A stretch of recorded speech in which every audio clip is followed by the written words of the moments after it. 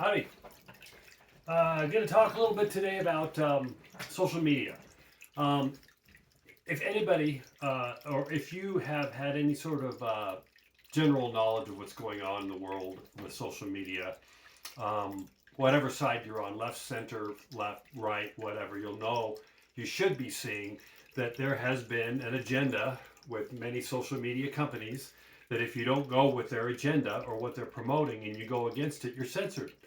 And that's come out in the Twitter files, it's come out in Facebook, it's coming out in many different things that people are seeing. And a lot of argument from friends of mine saying that, well, they're a private company, they can do what they want. On paper, yes, but when you're that large of a company with influence like Twitter or Facebook, for instance, there are general principles, and we're still in America, and we still have a constitution, and there is still supposedly free speech. So we're looking at the Twitter files, for instance, that there's looking like there's shenanigans that's coming out that, Hunter Biden laptop that people like me have been talking about for 3 years was suppressed. That's criminal behavior that was suppressed, voter suppression suppressed, either or. This has all been happening. So I'm going to talk about my little personal experiences. Twitter. I was an early adopter to Twitter. Back in 2009, I believe, I was one of the first 10,000 people in the world that got on. Doesn't seem like a lot, but compared to what it was, yes. So I was an early adopter, and I used it for my company. And I had about 10,000 plus followers. And about 3 years ago, I was permanently banned. And as were millions of other people. What was I banned for? They wouldn't give me an answer. But I have said in the past that at the time I was a Trump supporter. I still am, but probably had to do with that. But also, I think most of it had to do with me talking about alternative therapies to COVID because I teach holistic wellness. And as I've said for years, there's always an option for anything, no matter what. You want to get a vaccine, great. But here's something else that you may want to look at if you want. So I was doing a lot about alternative therapies for COVID, which is coming out now and showing everything people like me were speaking about is the truth, but I was banned. For life, they said. So I put a request in with the new Twitter, with Elon Musk, to see if I get my counts back. I had 4 counts, and we'll see where that goes. Well, I was banned before Christmas on LinkedIn. And again, I was an early adopter to LinkedIn.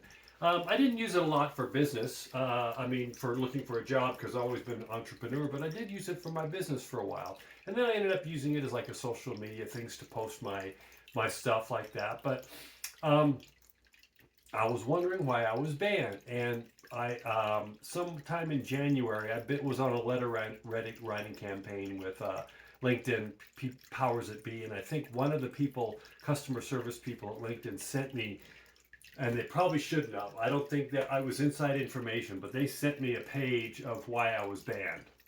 And because this page, I'm going to read a couple of things of why I was banned. And by the way, I'm banned on LinkedIn for life too. So I'll give you a couple of things why I was banned. On September 15th, 2021, Medical Crisis Declaration. Doctors around the world came together to sign a declaration of an international medicine crisis due to the disease and death correlated to the COVID vaccines.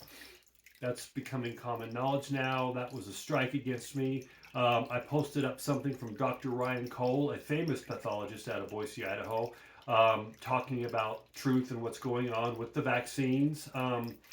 That got me a strike. October 2022, some very good information. Dr. Cole has been demonized and censored by the mainstream media and other institutions. History has and will prove him right, and being a truth teller, just like Dr. McCulloch and Dr. Malone. That is being proven truth there, but I was given a strike for that. August of 2022, how to remove graphene, which has been translated from the COVID vaccinated to the unvaccinated. So graphene, which they're talking about regularly now in the COVID vaccine, I was put a strike up for that.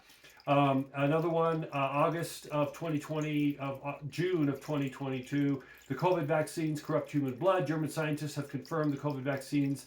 There's a study I put with that. My point being, these are all things I got the strike and then banned for. It has all to do with COVID, which is actually everything that I had posted there a year ago, 2 years ago, is fact now, and it's coming out as fact. It was fact then, but there was a narrative going on that they didn't want any information out.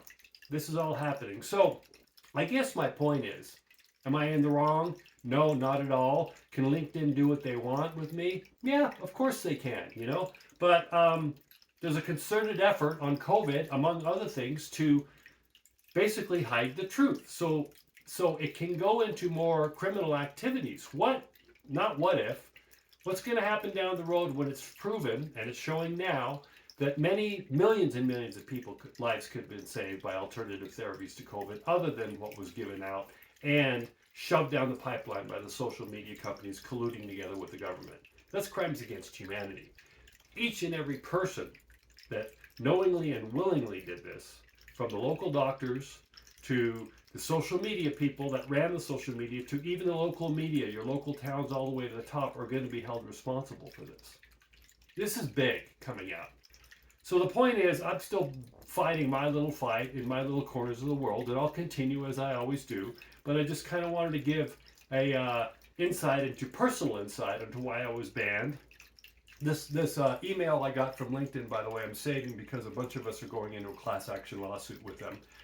That's down the road. So all these lawsuits will be coming, and it's going to be a very interesting year coming ahead. So there's a little insight into some of the social media. I'm on about 25 different social media sites.